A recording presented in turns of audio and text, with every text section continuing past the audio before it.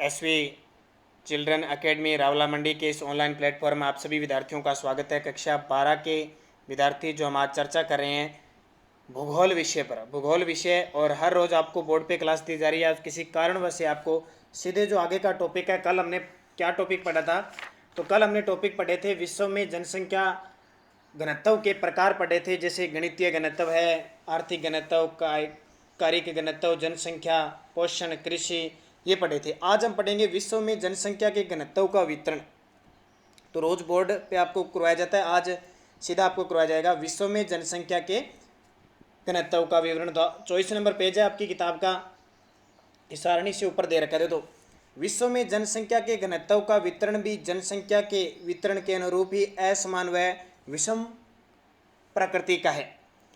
विश्व में जिन स्थानों पर अधिक जनसंख्या का बसाव है, यानी जहाँ ज़्यादा जनसंख्या बसती है वहाँ जनघनत्व स्वाभाविक रूप से अधिक पाया जाएगा। जैसे मैंने बताया ना कि राजस्थान क्षेत्रफल की दृष्टि से कितना बड़ा है तो कम है, दिल्ली छोटा सा है तो दिल्ली में जनसंख्या बहुत है, तो जनसंख्या घनत्व होगा ना। यानी जहाँ कम क्षेत्रफल होगा और जनसंख्या ज़्यादा होगी वहाँ जनसंख्या घनत्व क्या होगा, अधिक होगा। विश्व स्तर पर जनसंख्या घनत्व में भारी विषमताएं पाई जाती है, भारी विषमताएं यानी असमानताएं पाई जाती है।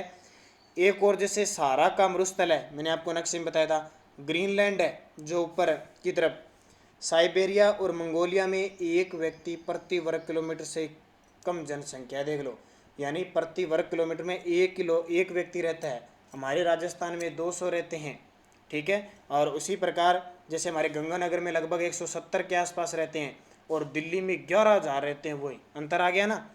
जबकि दूसरी ओर सिंगापुर में 7,797 व्यक्ति प्रति वर्ग किलोमीटर निवास करते हैं। देखो, एक ही किलोमीटर में लगभग 8,000 के आसपास। विश्व जनसंख्या ब्यूरो वाशिंगटन के अनुसार, ये वाशिंगटन अमेरिका के अंदर है, के अनुसार 2015 में विश्व का जनसंख्या घनत्व 47 व्यक्ति प्रति वर्ग किलोमीटर, यानी पूरे औसत निकाला जाता है, पूरे जितने भी 200-250 देश है ना, पूरे क्षेत्र का औसत निकाला जाता है तो कितना पड़ता है, 47 व्यक्ति प्रति वर्ग किलोमीटर।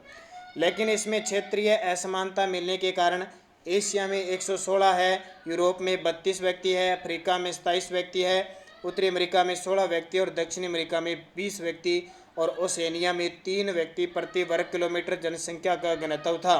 सारणी 3.7 में उच्च, मध्यम और अल्प जनसंख्या घनत्व के देशों को बताया गया है। उसी प्रकार सारणी 3.7 में कुछ चयनित देशों की जनसंख्या बताई गई है घनत्व 2013। जैसे बांग्लादेश में सबसे ज़्यादा 1088 व्यक्ति प्रति किलोमीटर, फिर दक्षिणी कोरिया में 506, रुवांडा में 422, फिर नीदरलैंड, भारत में देखो 388 है, यानी 2013 की रिपोर्ट में। और 2011 में हम कितना पढ़ते हैं, 382 पढ़ते हैं ना, 382 व्यक्ति प्रति वर्ग किलोमीटर, तो वो हो गया। उसी प्रकार श्रीलंका, फिलीपींस, ये सारे देश है, 20 देश दे रखे हैं, ऑस्ट्रेलिया का 3 है। अब देखो, जनसंख्या घनत्व की दृष्टि से विश्व जनसंख्या घनत्व की दृष्टि से विश्व को 5 भागों में विभक्त किया गया। कितने, 5 भागों में विभक्त किया है। तो पहला देखिए, अत्यधिक घनत्व वाले क्षेत्र, जहाँ सबसे ज़्यादा जनसंख्या घनत्व है। विश्व में वे देश जहाँ जनघनत्व 250 व्यक्ति प्रति वर्ग किलोमीटर से अधिक पाया जाता है, अधिक जनघनत्व वाले क्षेत्र के अंतर्गत आते हैं। इसके अंतर्गत विश्व के 3 जनसंख्या समूहों को सम्मिलित किया गया है, पूर्वी, दक्षिणी और दक्षिणी पूर्वी एशिया, जिसमें भारत भी आ जाता है, और पश्चिमी व मध्यवर्ती यूरोप, जिसमें इंग्लैंड, फ्रांस वगैरह देश आ जाते हैं, पूर्वी उत्तरी अमेरिका, जिसमें अमेरिका आ जाता है। इन प्रदेशों में स्वास्थ्यपरक जलवायु है, समतल मैदानी भूभाग है, उपजाऊ मृदा है, जल है, खनिज संपदा है, औद्योगिक विकास हुआ है, परिवहन के साधन की अनुकूल दशाओं के कारण उच्च घनत्व पाया जाता है। एशिया के सागरीय तटीय भागों, यूरोप की औद्योगिक मेखला, अधिक जनघनत्व वाले क्षेत्रों के औद्योगिक व्यापारिक केंद्रों में क्रमशः 1500, 2500, 4000 व्यक्ति प्रति वर्ग किलोमीटर का जनघनत्व पाया जाना सामान्य बात। देखो, जहाँ जनसंख्या ज़्यादा और क्षेत्रफल कम है वहाँ और ज़्यादा जनघनत्व पाया जाता है। 2 नंबर है, अधिक जनघनत्व वाले क्षेत्र। अधिक जनघनत्व वाले क्षेत्र विश्व के ऐसे क्षेत्र जहाँ जनघनत्व 100 से 250 व्यक्ति प्रति वर्ग किलोमीटर पाए जाते हैं, वे इसके अंतर्गत आते हैं। सामान्यतः अधिक जनघनत्व वाले क्षेत्रों के सीमांत भागों में मध्यम जनघनत्व के क्षेत्र विस्तृत है, जैसे दक्षिणी पूर्वी और पूर्वी एशिया, यूरोप, मध्य उत्तरी अमेरिका, दक्षिणी अमेरिका के तटवर्तीय भाग, अफ्रीका के तटवर्तीय भाग, दक्षिणी पूर्वी एशिया के आंतरिक भाग, उत्तरी पश्चिमी चीन, मध्यवर्ती भारत, दक्षिणी ऑस्ट्रेलिया आदि इस वर्ग में आते हैं। अभी आपको पता होना चाहिए कि अफ्रीका का तटवर्ती भाग कौन सा है, दक्षिणी पूर्वी एशिया का आंतरिक भाग कौन सा है, ये पता होगा ना, तब ये बातें समझ में आएगी। तो बोर्ड पे हम रोज़ इसकी चर्चा करते हैं। आपको एशिया नक्शा भी मैंने विश्व का बता दिया, और आपको एक आता कि नक्शा लेके आना, और साथ साथ में जो चीज़ है वो दर्शानी है, फिर याद रहेंगे। 3 सामान्य जनघनत्व वाले क्षेत्र। विश्व के वे क्षेत्र जहाँ जनघनत्व 10 से 100 व्यक्ति प्रति वर्ग किलोमीटर है, कम जनघनत्व वाले क्षेत्र हैं। वहाँ क्या होती है, अस्थायी कृषि होती है, कभी होती है कभी नहीं होती है, पशुचारण होता है, वन और मरुस्थलीय के निकट कृषि वाले क्षेत्रों में जनघनत्व कम में पाया जाता है। तो इसके अंतर्गत एशिया, अफ्रीका, उत्तरी दक्षिणी अमेरिका के विस्तृत घास के जो मैदान है ना, वो सम्मिलित होते हैं। फिर देखो 4 नंबर है कम जनघनत्व वाले क्षेत्र। विश्व के वे क्षेत्र जहाँ जनघनत्व 1 से 10 व्यक्ति प्रति वर्ग किलोमीटर है। लीबिया, सूडान, मालागासी, उत्तरी अमेरिका में कनाडा, दक्षिण अमेरिका में उत्तरी अर्जेंटीना, पेरू, इक्वाडोर, एशिया में पश्चिमी साइबेरिया, बोनेनियो खाड़ी के देशों में कम जनघनत्व पाया जाता है। फिर है 5 नंबर देखो प्राय जनविहीन। जनविहीन का मतलब जहाँ बिल्कुल भी न के बराबर जनता रहती है, लोग रहते हैं। विश्व के वे क्षेत्र जहाँ जनघनत्व 1 व्यक्ति प्रति वर्ग किलोमीटर से ही कम पाया जाता है।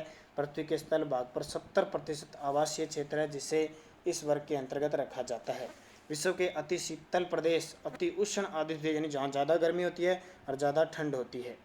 अति शुष्क प्रदेश और उच्च पर्वतीय प्रदेश प्राय जनविहीन क्षेत्र है। अब देखो जनसंख्या घनत्व को प्रभावित करने वाले कारक। जनसंख्या घनत्व को प्रभावित करने वाले कारक।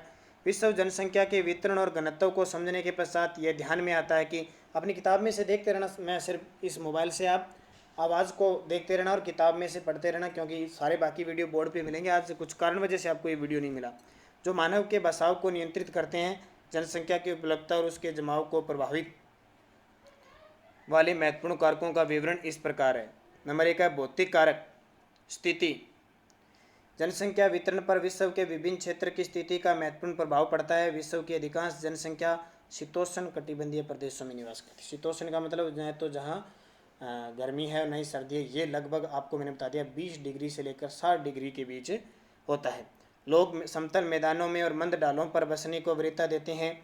पर्वतीय और पहाड़ी क्षेत्र परिवहन के विकास में बाधक होते हैं, इसलिए प्रारंभ से कृषि और औद्योगिक विकास के लिए अनुकूल नहीं होते। अतः इन क्षेत्रों में कम जनसंख्या पाई जाती है। जल की उपलब्धता। लोग उन क्षेत्रों में बसना चाहते हैं जहां जल आसानी से उपलब्ध होता है। यही कारण है कि विश्व की महान नदी घाटियां विश्व के सबसे सघन बसे हुए क्षेत्र हैं। जलवायु। अति उष्ण और ठंडे मरुस्थलों की विषम जलवायु मानव बसाव के लिए असुविधाजनक होती है। अधिक वर्षा अथवा विषम जलवायु प्रदेशों में कम जनसंख्या पाई जाती है। भूमध्य सागरीय प्रदेश सुखद जलवायु के कारण ही प्रारंभिक काल में बसे हुए थे। मिट्टी यानी मृदाएं।